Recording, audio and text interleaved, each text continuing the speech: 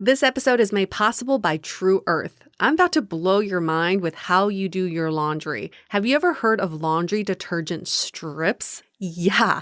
True Earth's mission is to help reduce the billions of plastic household containers that can end up in our landfills and oceans every year. With their laundry detergent eco strips, you can get rid of plastic jugs once and for all. It's so easy to use. I just pop a strip in the washer, add my laundry, and that's it. True Earth products are paraben-free, phosphate-free, free of added dyes, free of chlorine bleach, hypoallergenic, and it comes in cardboard packaging that you can recycle. It takes up so little space, and you can even take it on the go because it's not a liquid. Laundry will never be the same ever again, and they also make other household products. You can try True Earth today at true.earth/dateable and use Dateable to get 12% off. That's tru.earth/dateable and use the code DATEABLE to get 12% off today. Hi, I'm Yui Shu. And I'm Julie Kraftchick. We're active daters turned dating sociologists. Here to dive into everything modern dating and relationships. Welcome to the Dateable podcast. Friends, we are ecstatic to have you back. For anybody who's new, welcome to Dateable. And for anyone who's returning, so nice to have you here. We love our returning listeners. It's so wonderful to have people consistently listen to us, and hopefully you don't get sick of our voices because we're the consistent voices on this show. Never. It's been a fun summer, Julie, I have to say. It's been a really interesting summer. And this month in particular, our friend Sonica reminded me there are 2 full moons. So that means it's a blue moon. And you know the saying, every once in a blue moon. It just means there's unique things are happening in this month. So just, keep that in the back of your mind. Who knows what's going to happen? I believe in that shit now because I'm now woo-woo. I feel like you are living out your hot girl single summer every time I talk to you. Yes. I feel like there's been this, I've been in a relationship for 5 years. It's been released. And now I'm just embracing single life because let's be honest, single life can be fun. I don't know. I feel like we're always trying to escape single life, but there's so much benefits that come with it too.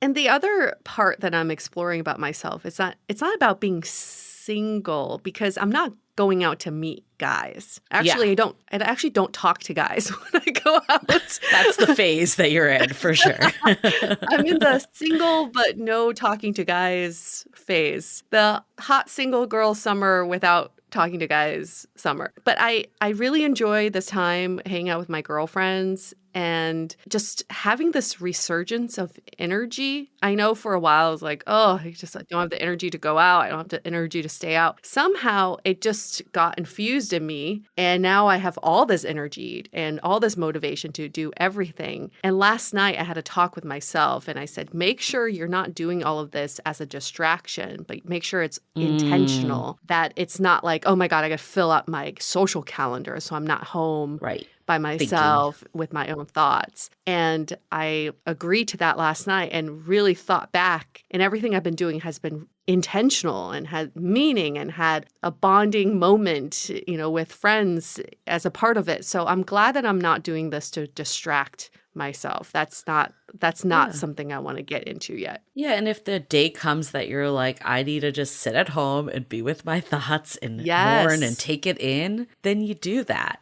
I feel like with being single, I actually feel like the part about being single that I actually enjoyed wasn't the going out looking for dudes. That wasn't it. Or even just, endless date after date. That was not it. It was the ability to just get to know myself and be with myself. Yes. And of course, friends and anyone else too that came into the mix. But just that aspect and be with your passions and do what you want to do when you want to do it. And not to say you can't do that on your own when you're in a relationship either. I actually think having that separation is really important. Yeah. And now that I'm living with my partner, there are days yesterday I went and got sushi and wine by myself because, you know, I was just I want to sit. I read Nikki Novo's new book because I'm really into that right now about living a soul-led life. We're going to have her back on the podcast, which is amazing. And it's all about how do you use your intuition and how do you start to live the life you're meant to be living. And I'm like,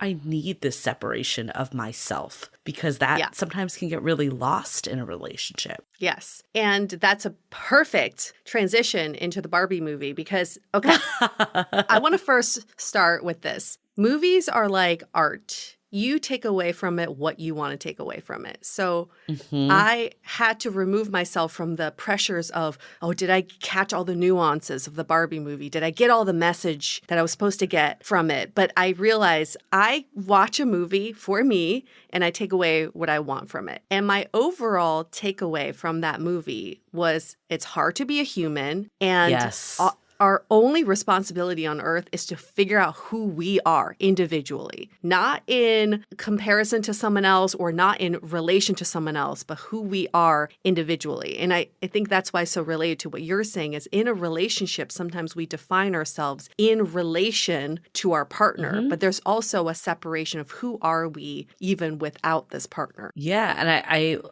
I love that we made the transition to the Barbie movie because you and I have been dying to talk about it.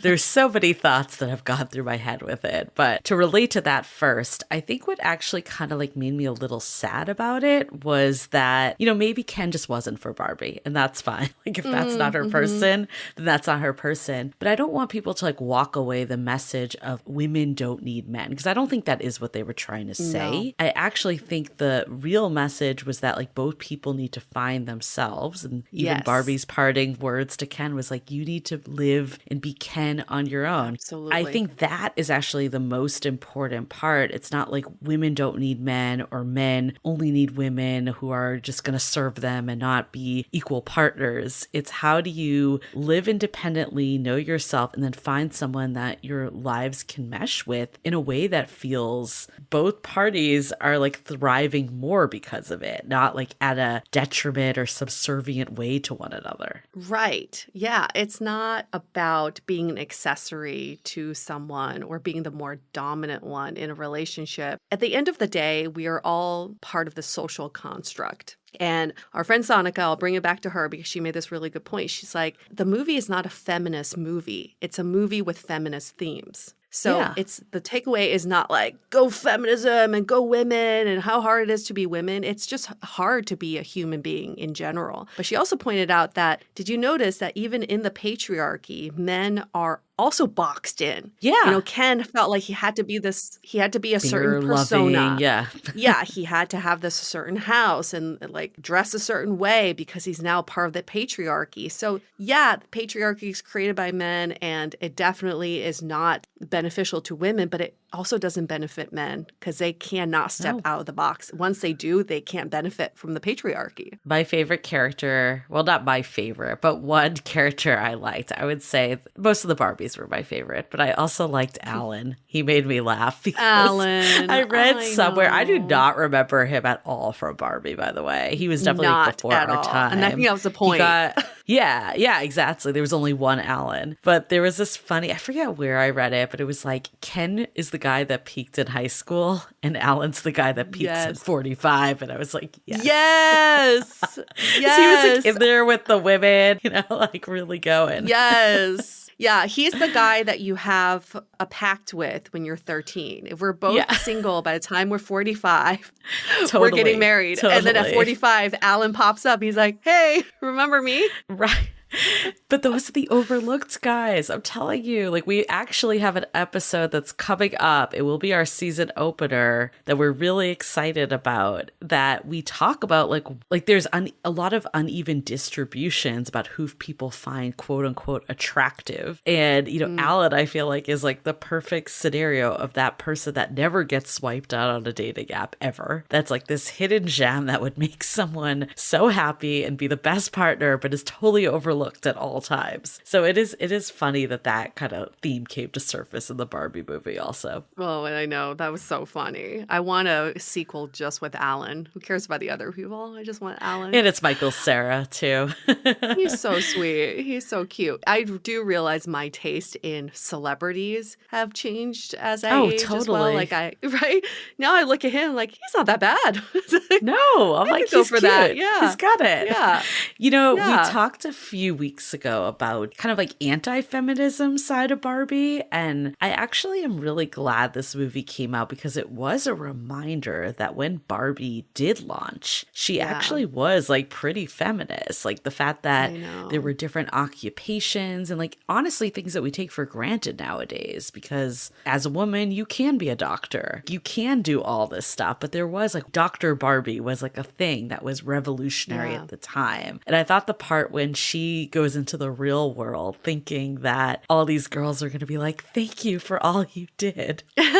And then they were all like, you fucked up our body image and you are just like a blonde bimbo that does nothing. So it's interesting how Barbie's evolved over the years, because I think when it first came out in like the 50s, it was like 56, right? When she came out, it was like 50s or 60s. Yeah. Like I think she actually was like a feminist icon. Yeah. The intentionality is behind it. But ultimately, I think at the end when, they say, why don't we do an ordinary Barbie? That was also, I resonated with that because I feel like women are expected to be extraordinary in this world. Yes. In addition to being just a woman, you can't just be just a woman. You have to be all these other things, all these other accomplishments. And if you're just ordinary Barbie, you look like that. That's right. What just a woman looks like. So I think there needs to be definitely more representation of the ordinary woman who's already extraordinary in her own way, but just not with these labels that you see. Or like this crazy hip to waist ratio that's totally unrealistic. And her feet. I love the feet. Yeah, her feet. That was amazing. And I love when she was like, oh, wearing heels is actually not very comfortable when you have flat feet. Yes.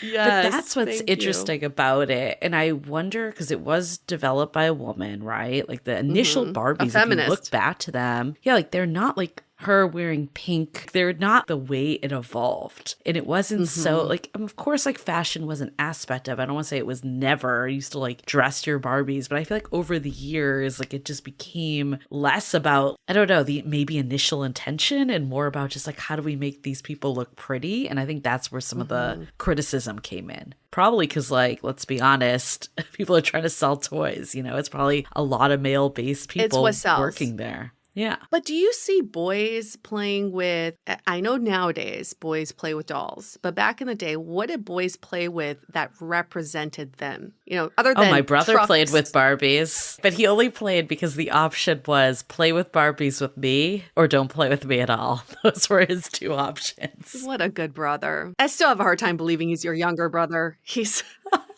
been your older brother even before he came out of the womb. I wouldn't say he like chose to play Barbies. It was more of a default. But you're right. There are no like, it's maybe Legos, but that's more about building than like the people in the community. Like there are Lego dolls. Men. Yeah, they don't have things that look like them or human, like human form. They played with tools and houses and trucks. But girls played with objects, dolls that represented them in real life. That's wild. Yeah.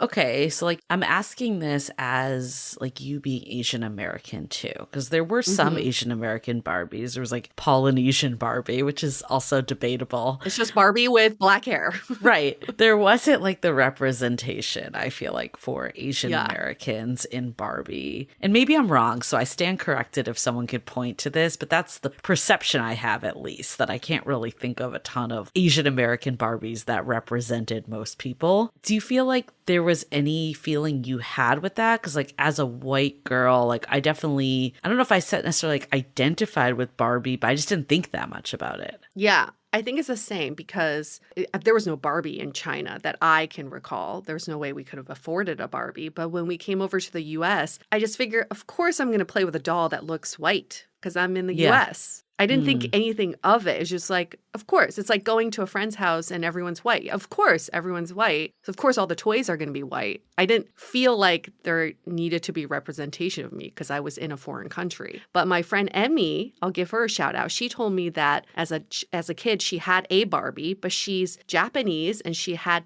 a Japanese version of Barbie, and actually many of them that were manufactured in Japan. So in our, I guess, own countries, we had that. So was it part of Mattel? No. Completely different. Got it. But she called it Japanese Barbie because that's the reference that you have. Got it. Even though it wasn't actually built by the Barbie company. No. Interesting. No, completely different. And it makes sense. It's like, yeah, I think back in the 50s or even before that, you build dolls that represent what your people look like. Although Barbie is a little too exaggerated. But yeah, of course, I would argue like in Japan, you're not going to find a blonde Japanese Barbie. Right. Yeah. You know, I'm curious if Barbie will have a resurgence. I feel already has. Yeah, but like I feel like my friends' kids, and they might be just too young, but they're like really into Disney princesses, but I haven't seen as much like Barbie stuff. But I feel like that's going to change with this movie. I heard Ken is flying off the shelves. Wow. Which... It's just like that is kind of fucked when you think about it. Like that's like the takeaway. It is kind of fucked. I mean, I think Ryan Gosling did an amazing job. I don't want to say he didn't. He was meant to play that role. But it just kind of irked me a little when like people's takeaway is like that was the best part of the movie. There's a little bit of irk that happens for me. Well, think about the nature of the movie. It's still a commercial movie. It's not an indie film. So this is made for a broad audience and they need to sell merch. And if you think about it, the only thing that really sells merch is the stickiness of Ken, the character, and his sayings, the Mojo Dojo Casa House, and I'm not Ken enough. You know, he had all these sayings that are sticky enough for merch, and of course they're going to be selling, right? But Barbie didn't have much that she said, and you can't exactly have her monologue on a T-shirt, right? That would be a lot. America Ferreras, it was a good movie. I'm glad we saw it. It was cute. It was good. It definitely gives a lot to reflect on, and maybe the sequel movie will have them having an equal partnership. That's my hope. Maybe it's not Ken, maybe it's someone that Barbie actually respects and also respects her. Yeah, apparently Greta said she's not doing a sequel. They never even fathom the success of this movie. So she's like, I'm not going to gamble and try to do a sequel. Makes sense. I mean, I think like clearly there was success of this, but there's also like 0 movies out in the last year, like big movies, you know? So I think it rode some of that too. The timing of it all made so much sense. And then another friend of mine, she said, when was the last time you went to the movies with girlfriends because you were excited about a movie? And I was like, Bridesmaids? No. Which was like, I know. 10 it's years been a ago? while. It's been a while. So the timing really made sense and people made it an event to go see the movie. Yeah. There were people, like there was a girl that was in a full sequined gold dress, like a ball gown. I was like, that's going to be uncomfortable sitting for 2 hours. But yeah, it's like people really went out. And it was hard to get seats, I feel like. I had to do it like a week after I really wanted to go. Yes. Yeah. Yes. Every theater was pretty much sold out or you have to sit in the very front row. Good. I mean, good for them. I'm so glad. And whether you liked or didn't like the film, it's opening up conversation. And that's really the point of the film anyway. And another way to open up conversations. I know you're always impressed with my transition. Okay, I had a good transition. Okay, you do your transition. My friend that I went to see Barbie with is our guest for today. Oh, right. My transition was another way to have a conversation starter is to talk about your rock bottom stories. Well, that is certainly true. I actually didn't register that guest connection until we were in the thick of the Barbie conversation. Nice. Like I knew we were going to talk about this episode, but didn't actually register. And hopefully I'm not revealing her identity with that. But she also didn't go by a fake name, so I'm not. No, I think she should be proud of the story. Yes, we are bringing back our rock bottom episode from 2018, you said, Julie, like way before the pandemic. Yeah, 2018. And this is a close friend of ours, and she has her own share of dating stories, but this is her rock bottom story. And we also shared our own on this episode. Yes. And the rock bottom stories, I think once you give it some time to simmer, you can look back and think how funny, how hilarious, how crazy was the story. But when you're going through it, it's not a good feeling. So we'll have to recognize that this is only funny in hindsight, but going through it, yeah, nobody likes going through a rock bottom moment. So what is a rock bottom moment? I feel like it's that moment that you're just like, wow, I cannot believe that I'm doing this. And you hear that commonly in addiction, right? You hit your rock bottom. And I think that it can be for many parts of your life, like in dating especially. Like if you find yourself continuously in the same patterns and attracting the same type of people, sometimes you need to hit that moment that's a wake-up call, that something has to change. It's always funny because like when Yue and I talk to, I think, friends more than listeners, often our friends try to like fight us because they're always like, oh, what could we do differently in our dating lives? And Yue and I, we've talked to so many people at this point that we can see it a mile away. And I've had this happen with multiple friends, but it's hard balance because they're like kind of coming to it for professional advice, but also like as friends, and it's not under that context. So you're like, what do you want to actually hear? And what do you want to know? But I ultimately think until someone's ready to make that change, like you can tell them over and over and over again, but you need that moment that wakes you up, that you're like, this is not working for me. And I still think it's worth sharing. Like, of course, if you're going to dating coaches and all that, outside of us even, and therapists, like hear the feedback in whatever way it's given to you. But ultimately, you're the one that needs to take control when you're ready to take action on it. So true. No matter how many people, the Dalai Lama could tell you to change yourself, and you would still not listen until you had that inner fire to change yourself. And the rock bottom moment is exactly that light bulb in your head that's like, fuck, something's got to change here. Yeah. I can't keep going like this. And I would argue all of us have experienced and need to experience rock bottoms in our lives for change. But it also means that future change does not need to come from rock bottoms. We do not need to go through that every time. But there needs to be like, everyone goes through at least one rock bottom in their life. Yeah, and sometimes it's a series. Like I have a moment that I refer to in this episode. I won't give it away. But then I also look back, and I honestly don't remember if I talked about this in the episode. But I look back and I've referenced this quote, I'll put in air quotes, relationship multiple times on this podcast. It was a 2-year situationship before situationship was a word. Basically, like just a really bad situation where the person outright told me, like they first started being like, I want to be in a relationship, and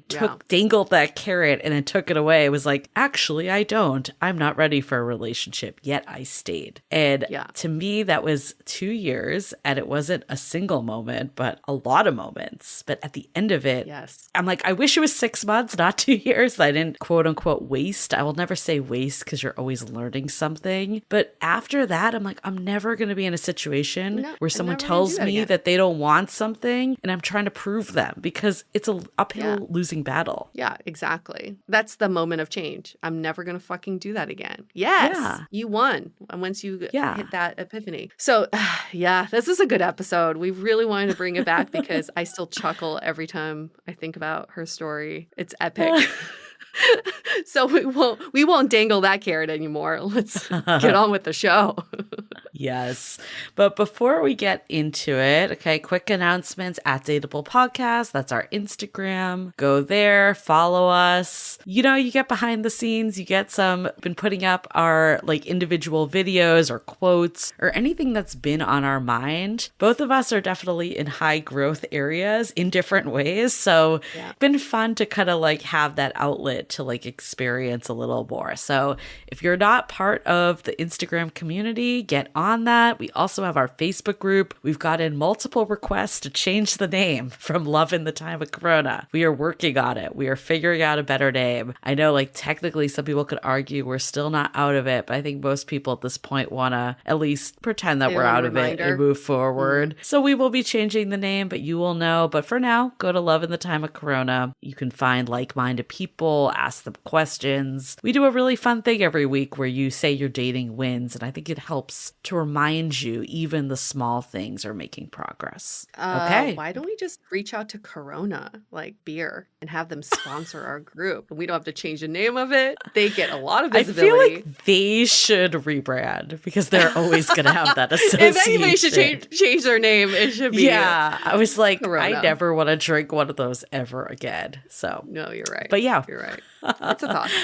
Okay. Well, before we get into it, let's take a moment to hear a message from our sponsors. This episode is made possible by the books The Falling and The Burning by Anna Todd. You may recognize the name Anna Todd from her #1 best-selling After series. But did you know that she has also written a new page-turning romance trilogy? The first 2 books, In the Brightest Stars, are out now and are perfect summer reads. They're called The Falling and The Burning, just in time to heat up your summer. Set against the backdrop of a military base, 20-year-old Karina is proud of the independent life she's trying to create for herself in Fort Benning, Georgia. A dutiful officer's daughter, supportive sister to a troubled twin brother, and caring friend to her roommate, she always puts the needs of others ahead of her own. And when she meets a handsome soldier on the cusp of discharge, she's immediately intrigued by him. As their uncertain and unexpected friendship starts to turn into something more. Get your hands on these 2 books, The Falling and The Burning by Anna Todd, wherever books are sold. This episode is sponsored by HelloFresh. Looking to eat well this summer? HelloFresh's menu features calorie-smart and protein-smart lunch and dinner options, plus new vegan dinners to choose from. HelloFresh makes it easy to reach your food goals with flavorful recipes that leave you feeling satisfied. When you need a meal fast, don't call for delivery. Think HelloFresh. Their fast and fresh recipes are ready in just 15 minutes or less. Plus, HelloFresh is 25% cheaper than takeout. Personally, the most time-consuming part of cooking is figuring out what to cook. With HelloFresh, I don't have to do any of the pre-planning or grocery shopping. It saves me so much time and brain power by following simple recipes with ingredients already prepped for me. That's why I can have more time to actually enjoy the food. Now, we have a special offer for all of our listeners. Go to HelloFresh.com/Dateable50 and use the code Dateable50 for 50% off plus free shipping. Again, go to HelloFresh.com/Dateable50 and use the code DATEABLE50 for 50% off plus free shipping. HelloFresh, America's #1 meal kit. This episode is sponsored by Drizzly. Weddings, college graduations, your stepmom placing third in a dog grooming competition. We've got all reasons to celebrate the summer and a lot of reasons to gift. So give them something they'll love, give them drinks, and get them all from Drizzly, the go-to app for alcohol delivery. With Drizzly, you can shop from a huge selection of beer, wine, and spirits, and get them all delivered from stores near you. Looking to save some dough? Compare prices and find the best deals on the best drinks, so you can spend all that extra dough on something that you really, really, really need, like that ginormous pink inflatable flamingo. Then get all that drinkable gifts delivered to wherever the summer shindig is digging. You'll probably be getting a sappy thank you card in no time. And ordering is easy. Download the Drizzly app or go to drizzly.com. That's DRIZLY.com today. This episode is made possible by Honey Pot. With the heat waves we're experiencing this summer, especially here in LA, it can be hard to stay fresh while you're out and about. That's why I've incorporated the Honey Pot's foaming wash and wipes into my daily routine. Now, one of the greatest things about LA is that I get to spend a lot of time at the pool and the beach. There's always a pool party right around the corner or a spontaneous jaunt to Venice Beach. So for a quick refresh, I love to do a quick cleanup with the Cucumber Aloe Honey Pot wipes. They're so easy to use and transportable. I could refresh myself anywhere, anytime. The foaming wash is also fabulous when I shower, and both the wipe and the wash are plant-derived, backed by science, dermatologist-approved, gynecologist-approved, and hypoallergenic. In other words, nothing harmful for your most sensitive areas. Get 20% off your first order from thehoneypot.co/summer. That's THEHONEYPOT.co/summer to get 25% off your first order and join the Hive today. Okay, let's talk about hitting rock bottom.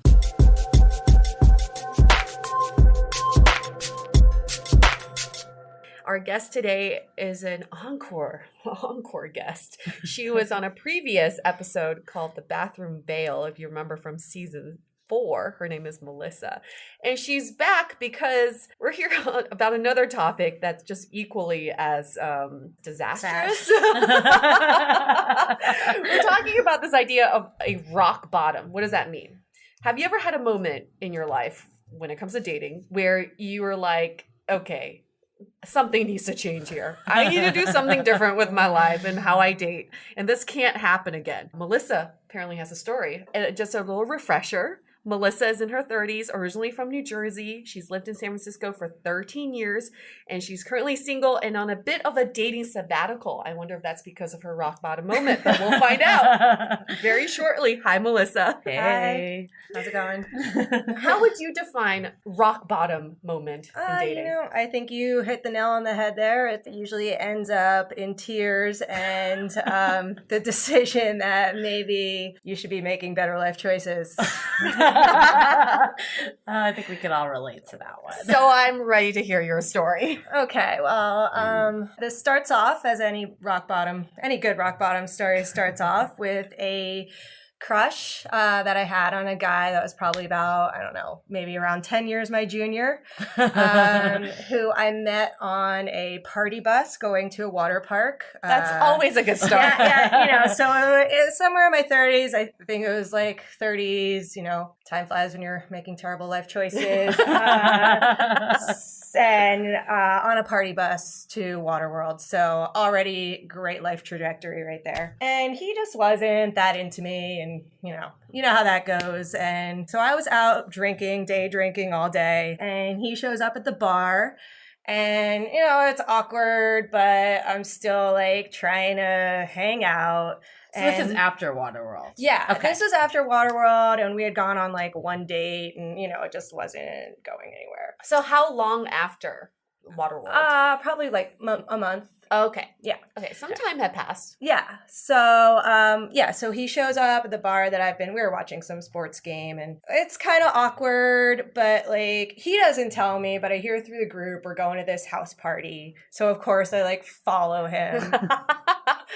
And I'm at this house party, and I don't know really anyone. I mean, I know some of the people that were at the bar that went to this party. We're not like really interacting, but it's just like, I don't know what I'm doing. Again, I don't know what I'm doing with my life or what. So he leaves the party without even like saying goodbye, of course. And so I'm like distraught. I'm like, what am I doing? I'm no idea where I am at this party with these random people. So I'm like, I'm gonna leave. Okay. So I walk out of the party, and again, I'm pretty drunk. So I have no idea where I am. There's some random guy standing in the middle of the street. And he says, hey, my roommate fell asleep and my apartment's locked and my phone is up in my apartment. So I have no way of like getting in touch with him or getting in. He asked to use my phone, and of course his roommate didn't pick up. I was like, you know what? Whatever. I'm in the mood to like turn this night around, right? So I said, why don't you just text him? And we'll go get a drink and see if he texts back, Dang, okay. Yeah. On the street. Yeah, in the middle of the street, random guy. To be the guy. Yeah. And it couldn't get any worse, right? Well, clearly it can. That's what I was thinking at the time. So we have a drink, and his roommate actually does finally like call back. And we end up going back to his place, and I end up hooking up as one does with a random stranger on a street. So obviously it wasn't even like worth it, because I don't even remember whether we slept together. I'm sure we did, but whatever. And that's something that I normally don't do either. I don't normally don't even know a guy's name and have like a one night stand. That's like totally from the street. But to be fair, you had a drink first. A few drinks with him. Yes, with him. Okay. So you kind of went on a few date. drinks the whole day, and then a few drinks with him. Yes. So, whatever, we hook up. And then in the middle of the night, I have to go to the bathroom. And again, not my best decision. I go completely buck naked out to the bathroom. He has several roommates. And I walk out of the bathroom, and it's like one of those typical San Francisco railroad apartments. Oh, God. So there are like 4 doors 2 on left side, 2 on the right side, 4 choices. No idea which one's his. So still naked, totally naked. So I'm like, all right, let's see what's behind door number 1. Not his bedroom. Not his bedroom. Did he wake up? Or the person in door 1? Oh yeah, it was a couple, and the girl was like, "What the hell?" Like the girl, like, definitely flipped out about the door being open. I was like, "You're naked." Oh yeah. So I don't know what to do. I run into the living room. So now I'm crouching behind the couch. Totally naked. Were you still like drunk too? Yeah, I wouldn't have it gone out in this like random guy's house totally naked if I wasn't drunk. So I'm like, I remember this moment, like sitting, like crouching behind the couch, naked, being like, oh my, if this guy finds me, what is naked and afraid? Yeah, exactly. Luckily, the guy just like opened this door and I guess like looked down the hallway and didn't see me. So I was like, okay. Whew. So he's probably like, what happened to her? She's been gone forever. You just bathroom bailed him. Yeah. You No, had like this is the streaks coming from the other room. this was the guy whose door I like opened. He came out. Okay. The couple. The part of the couple. Yes, part of the couple. Okay, so He they're came probably like, out. who is this? Not your guy. I heard him like open the door, and that's when I was like, hey, please don't come in here. No. See, the guy I was with wasn't fancy enough to have a door, which I remembered after. He was at the end of the hall behind a curtain, so no doors there. I didn't get one of the fancy guys. I got the, You didn't get a door. I got the old end of the hallway bed at the end of the hallway behind a curtain. Converted closet. Yes, yeah, exactly. So I go back, I get back into bed with this guy, and then all of a sudden I'm like, I think the sheets are wet, you know? I'm like, and then I'm like elbowing him, you know, and I'm like, hey. And I'm like, I think you peed the bed. And, Oh my God. and he was like, no, I didn't. I'm like, yeah, you did. It's like, no, that was you. I was like, no, that wasn't me because I just went to the bathroom like every normal person does in the toilet. And it wasn't wet when you left. No, it wasn't. So he's like, no, that wasn't me. That was you, you know? And then I got all CSI on his ass, and I was like, flipped on the lights, and I'm like, do you see the trajectory? See how it's like the wet spot's in like a cone shape, whereas if it was me, it would just be like a puddle. Oh my God. Like, so clearly, and the guy's like denying it the whole time. I was like, you know what? I'm just going. I'm just going to leave, you know? What time was it right now? Oh, God. It was like, I don't know. I love that's when you left. Yeah. Well, he peed the You bed. gotta I return had your enough. clothes. Yeah. So that's one thing. You gotta get back in there. Right. And then like I'm like going to put on my clothes, and I like go to put on my sock. This one's wet. I'll leave this one with you. So I'm like leaving one sock like in my hand, one sock Oh my God. on his room, get in my Uber, cry the whole way home. Did you just put like drop pin because you probably didn't know what location you were at? Or just magically showed up. No, you know, whatever. Yeah, you find my location, whatever it is. So that was the moment when I was like, okay. There's a lot of rock bottoms in this one story. There's a lot of rock bottoms in in this one story that culminates to the ultimate rock bottom when I decided that maybe it was time to stop chasing 25-year-olds because at the end of that tunnel is a guy who pees the bed and blames it on you. So how did you actually find his room? Process of elimination, or did you just like... Well, you finally I remembered yeah. that it was a curtain. Yeah, I think not I a door. remembered because I was like, oh yeah, I didn't actually open a door. That would be Got it. I know that was clearly a very important part, but I was like, how did you get out of that? Yeah, I mean, you know, it's all very fuzzy, but I think I remember seeing the curtain at the end of the hallway, and I was like, oh yeah. If you ran into this guy on the street today, would you recognize him? Not even. Yeah, you don't know his name, right? I couldn't pick him out of a lineup. I couldn't. Do you have still no recollection of like where you were? I was probably somewhere in the marina. I think I was Okay. on Union Street partying. Again, another terrible life decision. But if his pee was presented to you in a lineup, would you recognize his pee? I'd probably recognize the trajectory of the pee. What was his reaction like when you laughed? I don't even know. I don't remember. I just remember being like, I am out of here. Like, this is, I'm done. So I think he was like trying to be like, oh, give me your number or whatever. And I was like, no. You're like, I just saw your pee now. Yeah, That no. ship has I just sailed. slept in your pee. Thanks. Right. Well, and I think the worst part was that he tried to blame it on me, Right. especially since I had literally just gone to the bathroom. Right. So I guess like from this experience, I know you said it's like a rock bottom, but what in the future would you do different? And how are you feeling the next day? Where did you Maybe go that's wrong? the next question. How are you feeling the next day? Like, what am I doing with my life? It's just very out of character for me to meet a rando on the street whose name I don't even know and sleep with him to begin with, and then. Well, you don't even know if you slept with him. Right. Which is also a rock bottom. Right. That is a rock bottom. It definitely wasn't even worth it, you know. He had no door. I mean, that's another rock bottom. Yeah, Check. I mean, yeah, everything about it. I would say that would have been my lesson to learn to stop chasing younger boys, but that is not yet one that I've learned. Not until they pee on you. That's later. the end. I feel like once this episode airs, we're going to find this guy. I feel like this is probably going to be some sort of legendary story that he's been telling his friends about his rock bottom. Or his couple roommate has been telling him yeah, about this naked girl appeared in the middle of the night. He's like, the rock bottom was when I peed all over the bed and I tried to put it on her. No, or he still thinks that you peed the bed. Yeah, he's like a random girl I met on the street peed my bed.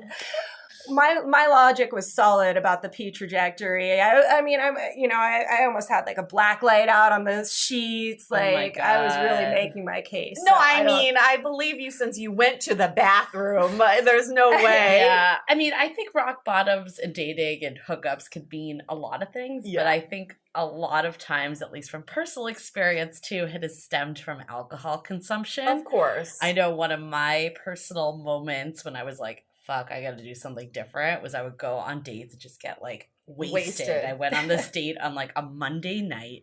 Is this your rock bottom story? I guess so. I guess so. Share her rock and then we're bottom gonna hear story. it ways. If I share, you share. I'm so ready. So I remember going out on a date on a Monday night, which is already like, what are you doing? And just got like hammered. Like we like hit it off in that moment, but just got fucked up. And I remember going to Tonic, a bar, after we had like drank like two bottles. Always a good place. Two bottles of wine at this other place, and it was like 2 for 1 because it was a Monday night. And instead of us sharing 2 drinks, we both got 2 drinks. So anyways, like long story short, he ended up coming back to my house. I also totally blacked out. I think we slept together. I'm not even fully sure. I actually ran into this guy years later, and he reminded me that we took a shower together, which I also totally blacked out. I'm sure my roommate at the time loved that at like 2 a.m. on a Monday.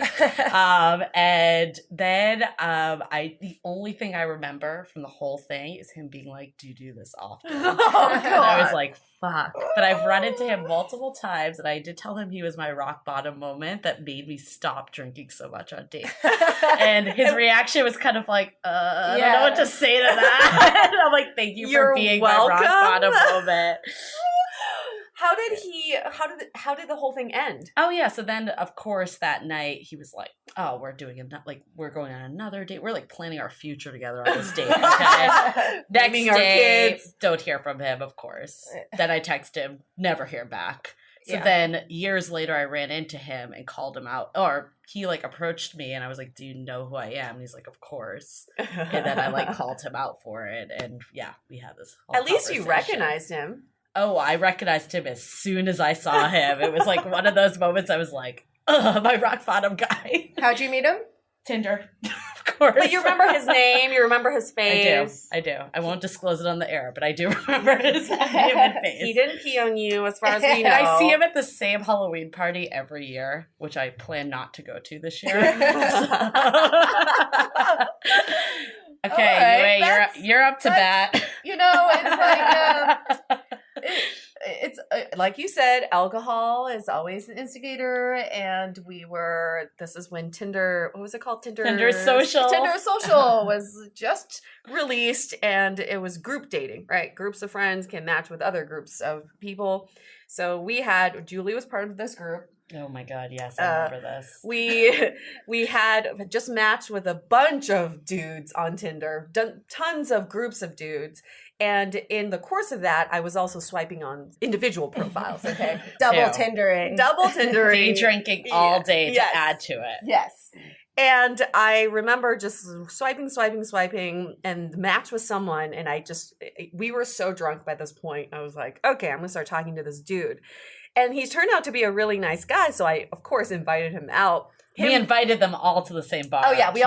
We invited them all to Nikki's. Nikki's in the Lower Haight. Nikki's in the Lower Haight. 10 groups of dudes. Yes. And we were all wasted. And I didn't remember if I told him that I was Tinder socialing or not. I just remember saying, you should come out.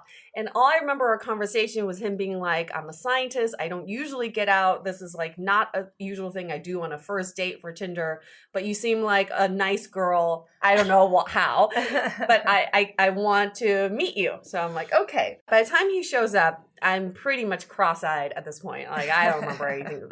I was so wasted, and only like a few of us were left over because I think one random group of Tinder social guys that made it out. Guys, did you guys get a lot of? We matched with a shit ton, and only one showed up. Yeah, all right. Which is kind of normal, right? Because we're just random girls. We're like, come to Nikki's. I just remember there was a lot of Giphies and come to Nikki's. Yes, that was the situation. Yes. So he shows up and he's completely sober, and he sees me in my state of being. Like 9 o'clock. It was like pretty early. It was pretty early because we had been day drinking. And he looks at me, he's like, I guess I should catch up. I'm like, yeah. And so, of course, in him catching up, I'm also drinking with him. So I just get more obliterated as more girlfriends drop out.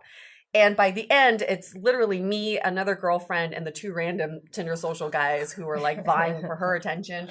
And my dude. At some point, everybody clears out, and I'm just full on making out with this guy. And I just hear him the whole time saying, I don't normally do this. This is not a normal thing for me. And do you do this often? Same question. Do you always do this with Tinder dates? You're one of my first Tinder dates. Is this what happens on Tinder? Like, he has so many questions. And I was like, just shut up and make out with me. So at the end, I grab his hand and I was like, we're going back to my place. And I'm pretty much naked by the time I get in. And not by him doing anything. I just decided to take all my clothes off. And he has all his clothes on. And we're full on making out. And I'm just like, let's just go, all the way. First of all, you guys don't remember if you slept with your guys. I specifically remember him rejecting me and wanting to sleep with him. He's like, no, I just don't think we're on the same level right now, and I'm not going to do anything with you.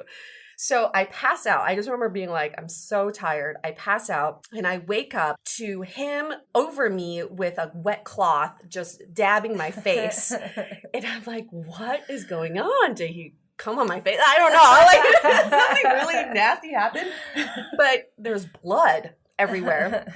And I'm like, why is there blood on my face? And he's like, well, funny story. We were making out and you passed out, and then you started snoring. And then you woke yourself up from your snore, and I guess it agitated you somehow where your elbow flew out of the blanket and hit me in the face and gave me a bloody nose. He's in the course of like wiping my face down, and I'm just like, I can't believe this, but I'm still like, let's do this. Oh my God. He's like, no, this is definitely not. I'm definitely not going to sleep with you now. He finishes cleaning up my face. He didn't have any of his clothes off, so I can't even say he was putting his clothes on. He takes his keys and his phone, and he looks at him. He goes, worst Tinder date ever, and then just leaves. But the best part of this is after this happened, because I remember having a really great connection with him. In my mind, we had an amazing night. So the next day, I'm still texting every rock bottom. I remember just texting him and being like, oh my gosh, I thought we had so much fun. Did you have fun? And he's like, I don't know. Before or after the bloody nose, I don't know. So we're having a conversation and he's like still not asking me out. And I remember just like being super bitchy and being like, do you want this to go somewhere or not? If not, just say something. And he goes, I guess not. And that was and we just stopped talking then. Well, the most interesting part of this is that this happened 2.5 years ago. Earlier this year, I reached out to him, or I passively followed him on Instagram. You haven't been stalking him all this time. Because in my mind, I had such a great connection with this guy. Why did it never go anywhere? And so 2.5 years later, naturally, when you think about your rock bottoms, I passively follow him on Instagram and he messages me right away, DMs me, and he's like, you do realize that we went on a date together many years ago. I was like, I was really drunk, so let's go play by play of what happened. And we had totally different impressions of what happened that night. Really? To him, he showed up and I was already drunk. So he already made up his mind that he wasn't going to sleep with me the minute he saw me. And then he said, we had a really fun night. He doesn't remember getting the bloody nose from me. He thought he just got it naturally from the stress at work and also just a lot of other things going on in his life. Yeah. So what added to the stress was the next day, me bitching him out for not taking action. So to him, the rock bottom was more how I reacted the next day. Interesting. Which made him not respect me or like me. It was a really negative experience because of what happened the next day. So it was interesting getting clarity about that. Though regardless, like when you're just so fucked up and like making these decisions, like you said, Melissa, like that you would never do in 1,000 years, like that is time to take inventory on what is going on. Yes. Exactly. And you don't know how you affect the other person because he told me after that date, he like called up a friend of his. It was like, I'm deleting all my apps. And that's what he did. Well, yeah. Guy. I remember like my roommate at the time being like, you need to like seriously like not drink so much on dates. Like cap it at 2 drinks max. Like you cannot be like getting blackout drunk on like a Monday night. Yeah. On a first date. Well, and for me, it was also like, you should never let a guy affect you so much that you're gonna like, because like mine all stemmed from this stupid crush that like didn't work out, and he completely affected my mood and like my behavior and your self-esteem. And it was like almost like you were looking for validation from this random. Yeah, you want to be like, I'm so desirable. This random on the street wants me. I mean, it wasn't even that. It was just like, maybe this will turn my night around. Right. Yeah. So what else can we learn from these rock bottom experiences other than the fact that they do make very entertaining stories after the fact? I've been telling this story at dinner parties for years now because I'm like, it's a very humbling experience for a girl, okay? I think like, what's the root? Like you were just saying, like, is there something beyond just like, oops, I got a little too drunk? Or like, for me, I think maybe it was like I was nervous on dates, so I would turn to alcohol and drink more on dates because I'd feel more ease. And like, I wasn't able to just make that connection sober. Yeah. So it's like actually from that, like through like 500 brunches and other things, I did like a lot more social activities that didn't require alcohol. Because I think like so much of like my past was going to bars and meeting randoms and hooking up. And it's like, there's better ways to make connections. So I guess it just depends on what you're looking for. If that point in my life, I thought I was looking for a serious relationship, but I obviously did not give off that impression. Right. If a guy's coming into a date and I'm obliterated, that's not a serious image that I'm putting out there. So really thinking about what exactly you want and how you can best present yourself in that manner. The other things I want to talk about would be like, okay, let's talk about this whole drinking thing. Drinking on dates. We've talked about this before. It's so much easier to meet up for a drink or 5. Yeah. And then and you do feel that liquid courage. I actually find the other person more attractive once I start drinking. And I think it's the setting too. There's something about like a dim bar where you're sitting side by side opposed to like a coffee shop where it's light and you're across the table. It just like lends itself to a more like conducive setting to have a connection. Yeah. So how can we get around that? Or is this something we need to get around? Is it just more about control? I think it's control. I think like know your limits. There's no reason we should have done, in my case, done 2 for 1 individually. Like that should have like, why was that even something we were doing? Right. Like I could have also cut it after that first bar. Like there was no need to continue. I think sometimes like when you're in the moment, it's hard because you're like, this is so fun and having such a good time. I want to keep it going. Yeah. But maybe it's having a little bit of that control that you're like, I feel the alcohol creeping in. I don't want to like do something I regret. Maybe I should cut it now. And then if it's meant to be, I'll see this person again. And a lot of times drinking is sort of a nervous reflex in a way. You feel like you need to be doing something with your hands or doing something in general. Right. So it takes up time.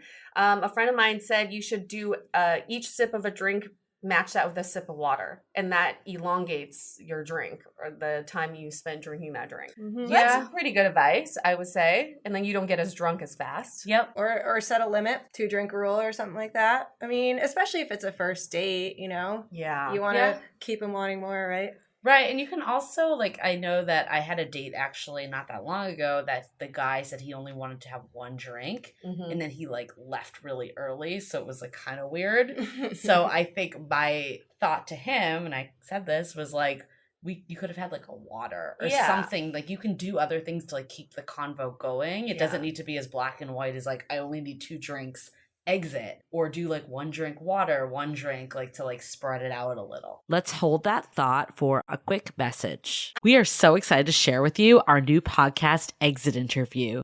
Dates don't usually end with a satisfaction survey, and yet we rate everything in our lives, from Uber drivers to local coffee shops. So why don't we do the same thing when dating? We're here to conduct the ultimate romance review, featuring daters hungry for love who have agreed to call up old flames to gather honest feedback. Welcome to Exit Interview. He upgraded himself to business class while I was in economy. Wait, wow. What? There's feedback that will make you cringe. She could be a little bit hard-headed, like not reading the writing on the wall. And feedback that will make you swoon. When she said that she had feelings for you. I had no idea. Really? And maybe you'll learn a thing or two yourself about how you can be a better dater, lover, or partner. Obviously, like, knew I was gonna learn something. I didn't expect this. Welcome to Exit Interview. Listen to Exit Interview on the iHeartRadio app, Apple Podcasts, or wherever you get your podcasts. I think for all of our stories, I think there are moments that we could have identified that could have prevented us from spiraling downwards. So I think we can go around and identify where that moment would be. I think my moment was probably the minute I grabbed his hand and made him go back to my place with me. I think that if I had stopped that, I don't think we would have spiraled. Like I said, mine's a little bit different. It's less about the drinking and more about like chasing guys that don't like me and then having that affect my mood and like my actions. So I should have never like gone to that party, followed the guy there. I mean, like, it's not like he invited me. I like followed him with the group of people that were going only for him. So for me, it was like, all right, you got to stop finding guys that don't like you, going after them, and then having that completely affect your actions and your mood, you know? And you just said something interesting to me was when you saw the guy on the street, you thought, maybe this could turn my night around, which is actually giving control over to someone else to turn your night around. When you are in control of your thoughts and feelings, right? True. So the time we relinquish that power to someone else, you're bound to probably spiral downwards somehow, right? Yeah. I mean, I think it's like a hard thing to say because I think just some of it is, I think you have to have these moments because you do. You learn from them. Like, I think hypothetically, you can be like, don't drink as much on a date. But then until it happens and you're just like, oh my God, I don't even know if I hooked up with someone or not. And I apparently was taking a shower with them and don't remember that at all. Like, then you're like, oh, like, what am I doing? So I guess to your question of what the point was, I don't know what mine was. It clearly just kept spiraling. I think the 2 for 1. Yeah, the 2 for 1. Honestly, I think before that it was like over. I think that was like, it kept going, but not controlling myself was probably the biggest thing. And what were some of the actions? We did talk about how you changed how you dated afterwards, but what are some of the specific actions? I remember I did delete all my apps after that and thought I don't want to show my face ever again. But I also thought there were some ways that I could enjoy myself better as opposed to like thinking that getting male attention was what I needed in a night to make me feel good. That's a good one. I think for me, like I mentioned earlier, was like being in more social settings that didn't require as much alcohol or any alcohol, and like kind of getting up confidence that way and not relying on it as much. Yeah, I mean, for me, actually, you were talking about how I'm on a dating sabbatical. And I think one of the reasons I am is because I still struggle with this letting a guy completely like control my emotions or like because even, you know, if I'm dating someone, whether he texts or not, like that has such an effect over how my day goes, how I'm feeling. And I like made a decision. I'm like, I don't want, as you were saying, anyone to control how I'm feeling or my emotions anymore. Like, I don't want to, you know, have this based on what somebody else's actions are. Like, totally. I know, it's so hard to do because someone could make or break your day, but when they make your day, it feels so damn good. It's like a drug. You're addicted to it. So you keep wanting that. Mm-hmm. It's a hard thing to do, but it's, and it's also, it like turns it around so much. You could be like so down about like, I haven't heard from him yet. And then like all of a sudden, as soon as you do, it's like, woo! Yeah. All's forgiven. It's true, and that's though. what I hated. Like I didn't want to go through that anymore. Like totally. Well, it's good that you like had moments like this to realize like this is a problem. And that's what the point of rock bottom is, right? Is to be like, I need to change something. Like I can't keep repeating this. I would love to find Melissa's rock bottom. Julie and I both have confronted our rock bottoms. It is my goal in life to find Melissa's rock bottom. I've seen my rock bottom way too many times. I'm just gonna put that out there. But it'd be great to get his perspective and pick him out in a lineup. Yeah. But I'm sure he remembers. I will say though, like my rock bottom, when we reconnected, he was like, because I called him out for like ignoring my text, and he's like, we're gonna go on a date tomorrow for brunch, and he did follow through. Oh, good. So, but I didn't go because did you get his side of the story? Like UA got his side of the story? I think he just thought I was like young and a hot mess. Like I think that's really what I was. Like I don't think like I think he just like thought I was super immature. Yeah. And he thought I was like way younger than I was, which I don't think was a compliment. But anyways, what are some of our takeaways from this whole discussion about rock bottom? Oh boy. First of all, go have a rock bottom. Yes. Yes. I think everyone needs to. Like, you know how like everyone's like been in like that bad situation that they're like, I'm never gonna do this again. I think you need this. But when you do have a rock bottom, identify it as opposed to being like, oh, that was just a bad night. No, when you have your rock bottom, you gotta first admit it is a rock bottom, and then you gotta learn from it. I think some of my takeaways would be again, we're all like on a journey, and sometimes you meet people at a place where they're not at their best, and we just have to forgive them for where they are. We're all works in progress. I'm actually really grateful that my rock bottom was able to forgive me in his memories of how I presented myself that night. But we also have to treat others that way when it comes to dating. You don't know what people are going through. Right. I don't know if it's a takeaway, but I want to commend these men that don't take advantage of women when they've been drinking a lot. Because I've actually also had that situation. Not my rock bottom, but close to it.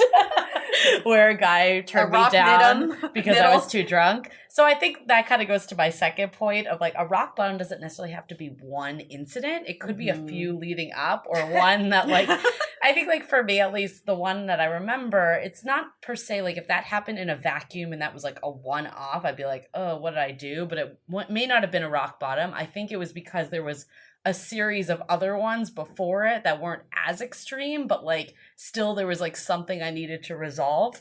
So I think it's identifying like if you have a moment, looking at like what else is going on. And I think the point we made too is like, what is the deeper thing? Are you feeling insecure? Are you feeling like X, Y, and Z? And look at that, not just like, oh shit, I drank too much, but what is driving me to drink that much on dates? Okay. Yeah.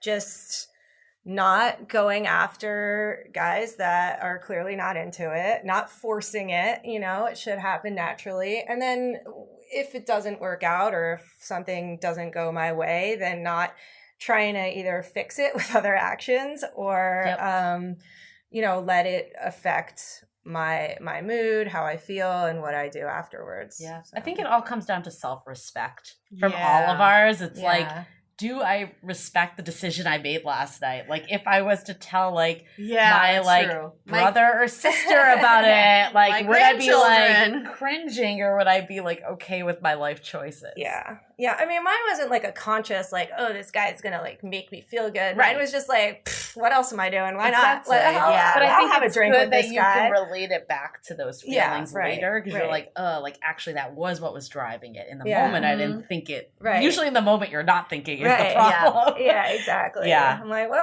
I'll just go have a drink with this guy. Why not? Did not know that it would end up with, you know, the way it did. Cool. Well, do we have time for a quick question of the day? Yeah, let's do it. This question comes from Raquel. She says, I want to meet men out in real life, but I'm also concerned putting myself in a dangerous situation as a woman. How can you balance being open, but also being safe? Yeah, it's a good one, especially like from what you said, Melissa, about like meeting someone on the street. I think you got relatively lucky that all he did was pee. But in the scheme of things, it could have been worse when you think about it. So this is a tough one. I think one, like to what we were saying, is watch your alcohol levels, like make sure that you're alert enough. Yeah, and also always meet out in public places. Don't take them home with you if you don't really know them that well. I don't know. I feel like meeting someone in real life is less risky than on an app, because you can actually like get a better feel for, you know, the person that they are versus like who knows who this person is at the end of this app. Yeah. Well, I think the advice of meeting in public goes for both. Like I think especially for an app, I agree. It's like you do not have your first date in their home. Like go somewhere public. And I think it, as all of us did. No. But I have heard this happen before, that like women either invite someone to their home or a man asks to go to the home, and it's like it just doesn't feel safe in general. Well, in Melissa's situation, you were the threat here. Okay, naked woman going into some random person's room, possibly robbing them. You could just pee on them so they leave. Naked bandit. The naked bandit. Just pee on them so they exit your home immediately. Here's something that I'm thankful for that night this happened to me, was that there was one girlfriend left standing at the end of the night. So she saw the guy, she saw what he looked like, she knew I was going home with him or took him home, and she could also check up on me the next day. Yeah, the problem is that they don't have that many identifying information. Like hypothetically, had something gone wrong, like how would she, like, yes, she might have a recollection of him, but what else does she have? That's think true, even like, I know it's awkward to be like, what's your address? Let me give it to your friend. But like finding more of a subliminal way is one option. Or you can't just ask to take a picture of their ID and then send it over to your friend. Airdrop everyone in this bar. Or at least like getting their last name before you go. I mean, if you don't even know their last name, maybe that should be a sign that you shouldn't be running to their home. What about their first name? Maybe even a bigger sign. So maybe maybe get first name, last name, and then just subtly tell your friend in the bathroom. Yeah. Watch your drink. Always watch your drink. Yeah. We put ourselves in danger on a daily basis. Yeah. And somehow when we start drinking, it impairs our common sense with that stuff. So again, know your limit. Yeah, maybe that's also an answer. Keep your alcohol level down. I definitely keep it in an so. open public place. Yeah, and always have your alcohol with you. At all times, especially in the bathroom. Take your drink. It's like, what? I know, that's what I thought. Okay. Bring it with you. I think like what Melissa said, don't leave it unattended. Yeah, keep your drink with you. Can I buy you a drink? Don't worry, I've got my own. I brought my own. In this plastic water bottle. This is why men are having it so difficult to know if they should buy drinks or not. Every girl's like, don't get near my drink. Don't get near my drink. Okay, cool. I think that, Raquel, I hope that answers your question. If not, we apologize. Any other takeaways from these rock bottom stories? They're very entertaining in hindsight, yes, and we invite our listeners to share your rock bottom stories with us. Yes. And I'll give you a few examples, because it doesn't have to be a rock bottom story of you hooking up with someone. A guy friend of mine, his rock bottom moment was he was at a club when he was like in his early 40s, and he looked around and there was like a mirror behind him, and he suddenly saw himself in the mirror, and he thought, oh my God, I am that guy. That creepy guy guy. that I saw when I was in my 20s and 30s and thought, that guy doesn't belong here. Aw. I became that guy. And he was like that creepy older man wearing this polyester shirt and like weird, I don't know. He said, I became that guy that I was so fearful of or made fun of. I remember Madison Perry we had as a guest as well in season 2, and he said the same thing. That was his moment that he's like, I'm too old to be doing this shit. I don't think that's fair. As somebody who's older who likes to go to like shows and stuff, like I think as long as you feel comfortable with yourself, like I don't think it's about an age thing. I think for him, he didn't want to be that person he had seen before. Yeah. Right. And he had somehow became this sleazy guy who's picking up on these chicks at a club when he actually wanted a family. Right. If you're still having fun and enjoying yourself, that's one thing, I think.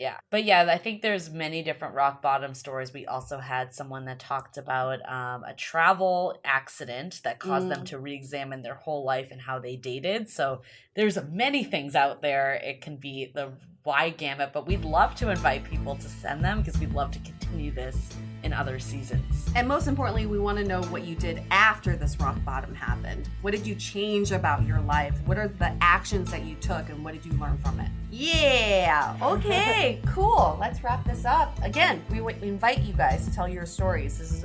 We got to share these stories. Otherwise, we feel like we're just crazy on our own, right? Let's wrap this up. Stay dateable.